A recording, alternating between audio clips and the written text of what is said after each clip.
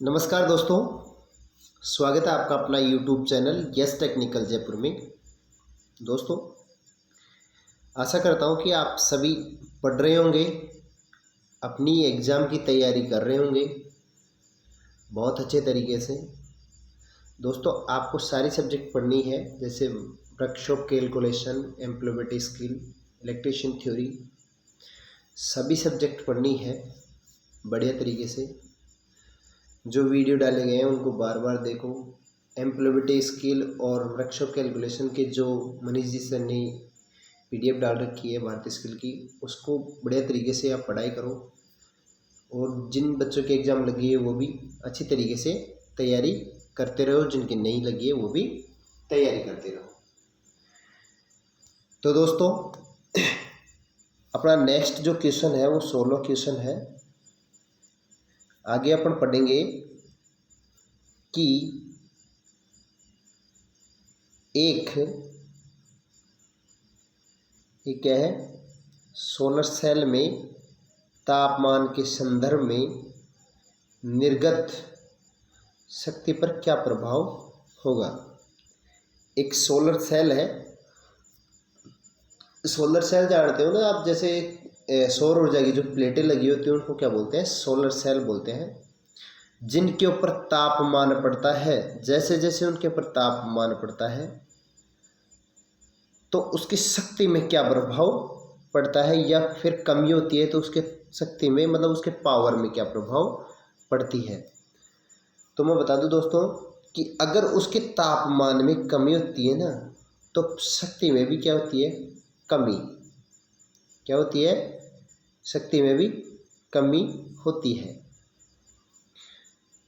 और उसके तापमान में वृद्धि होती है तो वृद्धि के साथ क्या होती है, वृद्धि। ठीक है, तो इसका जो राइट आंसर होगा अपना वो होगा डी, ऑप्शन राइट होगा। दोस्तों, अगर आपको ऐसा लग रहा हो कि वीडियोस धीरे धीरे बना रहे हैं, धीरे धीरे बोल रहे हैं सर, या धीरे धीरे क्वेश्चन सॉल्यूशन करवा रहे हैं, तो आप इसकी सेटिंग में जाके वहाँ से स्पीड आप बढ़ा सकते हो और आराम से आप वीडियो को देख सकते हो। और दोस्तों यार, आप वीडियो को लाइक नहीं करते हो, सब्सक्राइब तो नहीं करते हो, ठीक है कोई बात नहीं, पर लाइक तो कर दिया करो यार दोस्तों। लाइक करने में कुछ भी नहीं जाता है, कोई पैसे नहीं लगते हैं। माँ के लिए इतनी मेहनत कर रहा हूँ तो यार आप लाइक और सब्सक्राइब तो कर ही सकते हो।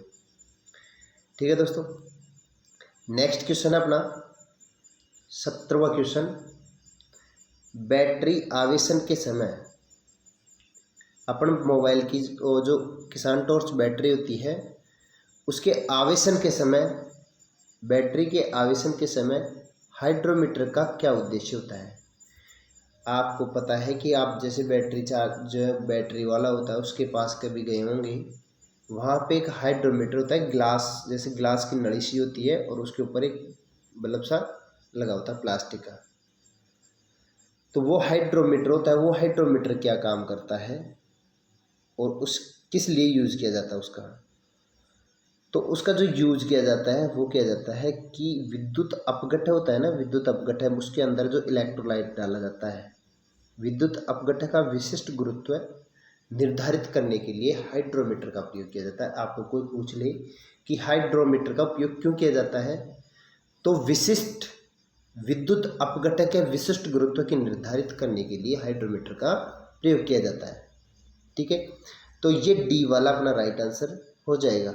ओके दोस्तों, नेक्स्ट क्वेश्चन।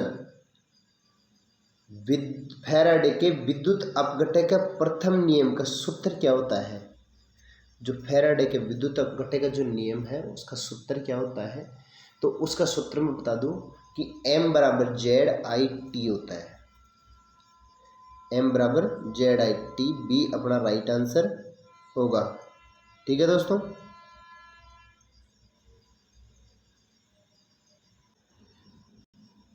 तो नेक्स्ट अपना क्वेश्चन है 19वां।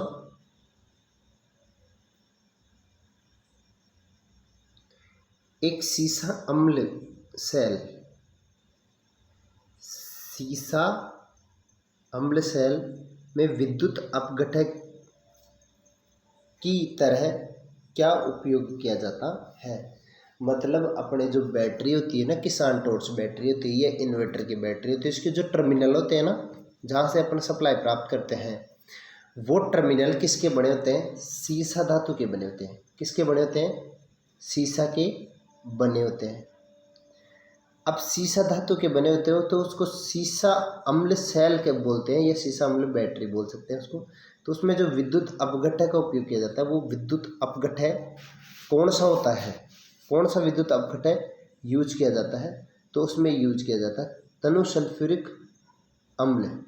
तनु सल्फ्यूरिक अम्ल, ठीक है। ये उसमें इलेक्ट्रोलाइट के रूप में जो पानी डाला जाता है ना, डिस्टिल वाटर, उसको बोलते हैं तनु सल्फ्यूरिक अम्ल। नेक्स्ट क्वेश्चन है, एक परिपथ बनाया गया है। ये परिपथ कुल वोल्टेज ज्ञात करवा रहा है। इसमें प्रत्येक सेल की वोल्टेज है ना 1.5 वोल्ट है। क्या है? 1.5 वोल्ट है।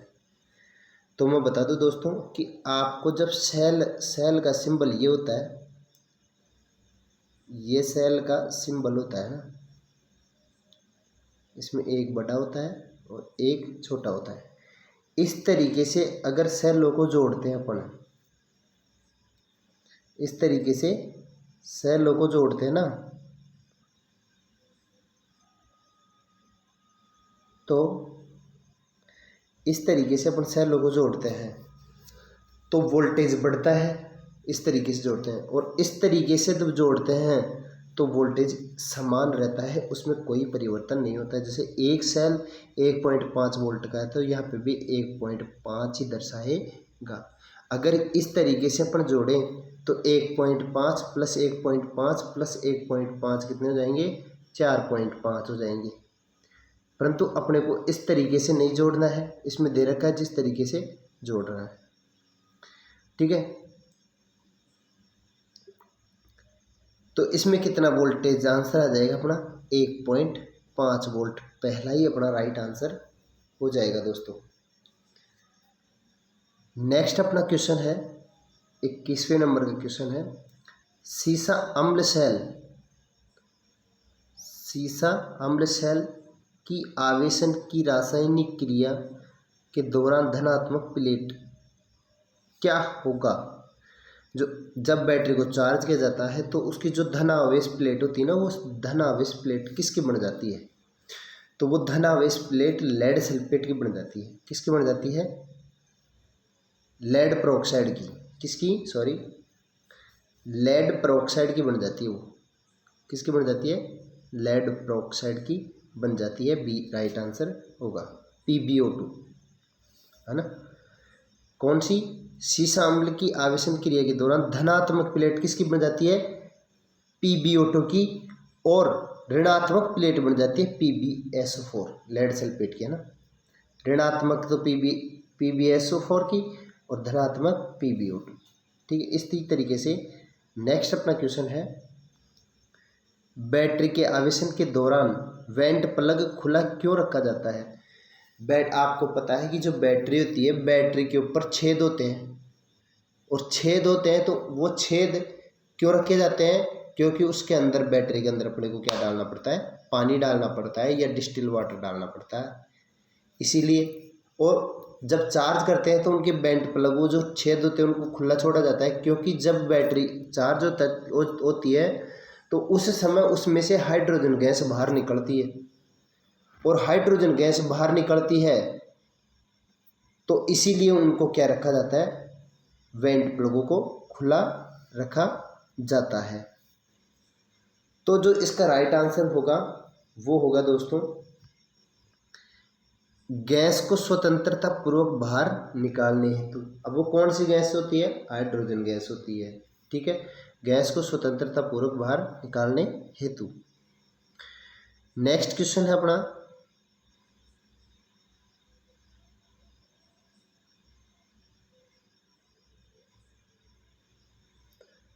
कौन सी विधि में बैटरी को कम धारा पर लंबे समय तक आवेशित किया जाता है? अगर कोई बैटरी है, उसको कम करंट देंगे और कम करंट के माध्यम से उसको लंबे समय तक चार्ज करेंगे तो उस विधि को क्या कहा जाता है? पहली बात तो उस विधि को कहा जाता है ट्रिकल चार्जिंग। क्या कहा जाता है? ट्रिकल चार्जिंग कह सकते हैं अपन, या टपकन चार्जिंग कह सकते हैं, या धीरे धीरे चार्जिंग बोल सकते हैं उसको। अब ये क्यों किया जाता है धीरे धीरे चार्जिंग? क्योंकि अगर मान लो कि अपन 10-15 दिन के लिए घूमने चले गए या 1 महीने के लिए कहीं बाहर चले गए और अपने घर पे इन्वर्टर लगा हुआ है, तो उस बैटरी का यूज़ तो नहीं किया जाएगा ना, क्योंकि सारे बल्ब बंद हो गए। तो उस समय बैटरी को क्या किया जाता है, उसका उपयोग नहीं होता है, तो बैटरी खराब हो जाती है, मतलब उसमें एक दोष हो जाता है। ठीक है, तब वो काम, जैसे उससे कोई भी यूज़ किया जाएगा 10-15 1 महीने बाद में, तब वो काम नहीं करेगी। तो उस समय कौन सा उस दोष को दूर करने के लिए क्या किया जाएगा? ट्रिकल चार्जिंग, या वो क्या करेंगी? ट्रिकल चार्जिंग करना पड़ता है। कौन सी विधि को बैटरी को कम चार्ज पर लंबे समय तक आवेशित किया जाता है? तो ट्रिकल चार्जिंग होती है, ट्रिकल आवेश विधि। ठीक है, नेक्स्ट क्वेश्चन है, सीसा अम्ल बैटरी में कठोर सल्फेशन दोष को कैसे जाना जाता है? सीसा अम्ल बैटरी में कठोर सल्फेशन दोष को कैसे जाना जाता है? अब उसको कैसे जाना जाता है, तो उसको अपन जानेंगे, कैसे जानेंगे? उसको जानेंगे बैटरी, 1 मिनट, उसको जानेंगे अपन बैटरी को कम धारा लंबे समय तक पुनः आवेशित करेंगे। अगर किसी कारणवश उसमें बैटरी में कठोरता हो जाती है, सीसा अम्ल बैटरी में कठोर सल्फेशन दोष हो जाता है। कौन सा दोष? सल्फेशन दोष हो जाता है। तो उस दोष का निवारण हेतु क्या करना पड़ता है अपने को? ट्रिकल चार्जिंग विधि की जाती है, यानी धीरे धीरे बैटरी में अधिक धारा से कम समय तक पुनः आवेशित किया जाता है। ठीक है, नेक्स्ट क्वेश्चन है, सीसा सिल्वर ऑक्साइड बैटरी में कौन सा पदार्थ कैथोड माइनस इलेक्ट्रोड का उपयोग किया जाता है? तो लगभग की बात करूं मैं, तो सभी बैटरियों में जो ऋणात्मक प्लेट होती है वो किसकी बनी होती है? जस्ते की बनी होती है। किसकी? सभी सेल व्यस्त बैटरियों में कह सकते हैं कि सभी सेल में किसके बने होते हैं? ऋणात्मक प्लेट जस्ते की। ठीक है, नेक्स्ट है, चांदी का विद्युत रासायनिक तुल्यांक क्या है? अब ये याद करने योग्य चीज है कि विद्युत रासायनिक तुल्यांक क्या होता है चांदी का। तो इसमें डी राइट आंसर हो जाएगा 1.182 मिलीग्राम प्रति कूलाम, मिलीग्राम प्रति कूलाम। ठीक है, नेक्स्ट अपना क्वेश्चन है, सीसा अम्ल सेल को निरावेशन की रासायनिक क्रिया के दौरान ऋणात्मक प्लेट क्या हो जाएगी? अगर कोई सीसा अम्ल बैटरी है, अपना मान लो किसान टॉर्च बैटरी है या फिर अपने इन्वर्टर की बैटरी है, वो भी सीसा अम्ल सेल ही होता है। बैटरी को निरावेशन के रासायनिक क्रिया के दौरान ऋणात्मक प्लेट किसकी बन जाती है? तो जब उसको निरावेशित किया जाएगा तो वो किसकी बन जाएगी? तो वो दोस्तों बन जाएगी लेड सल्फेट की। अभी जस्ट एक क्वेश्चन आया था, उसमें बताया था मैंने कि चार्जिंग के दौरान PbO2 की, तो क्या लेड प्रोक्साइड की, तो क्या बन जाएगी? धनात्मक प्लेट। और ये किसकी बन जाएगी? PbSO4 की। ठीक है, सीसा अम्ल बैटरी में विभाजक का क्या उद्देश्य है? विभाजक का क्या उद्देश्य है? तो विभाजक का क्या उद्देश्य है? विभाजक का उद्देश्य है धनात्मक और ऋणात्मक प्लेट, धनात्मक एवं ऋणात्मक प्लेट के मध्य लघुपतन होने से रोकना। जो विद्युत अपघटन होता है उसका कार्य क्या होता है? धनात्मक और ऋणात्मक प्लेट के मध्य लघुपतन होने से, यानी शॉर्ट सर्किट होने से रोकना। नेक्स्ट क्वेश्चन अपना, सीसा अम्ल बैटरी का विशिष्ट घनत्व नापने हेतु कौन से उपकरण का प्रयोग किया जाता है? मैंने स्टार्टिंग में क्वेश्चन था कि हाइड्रोमीटर से अपन क्या करते हैं, तो विद्युत अपेक्षित घनत्व, विशिष्ट अपेक्षित घनत्व मापा जाता है। क्या मापा जाता है? विशिष्ट अपेक्षित घनत्व है। अब यहाँ पे दे रखा है सीसा अम्ल बैटरी में विशिष्ट घनत्व मापने हेतु कौन से उपकरण का प्रयोग किया जाता है? तो हाइड्रोमीटर का। किसका? हाइड्रोमीटर का। बी राइट आंसर है।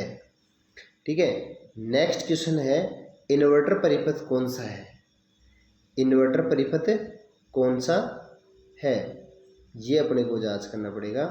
तो इसमें जो इन्वर्टर परिपथ होगा वो होगा SCR, SCR उपयोगी इन्वर्टर, SCR उपयोगी इन्वर्टर। ठीक है, सिलिकॉन कंट्रोल रेक्टिफायर। ये डायोड है, ये SCR है ये। ठीक है, हाँ, तो ये अपने 30 क्वेश्चन कंप्लीट हो गए। लास्ट क्वेश्चन था इसका जिसका राइट आंसर है SCR B।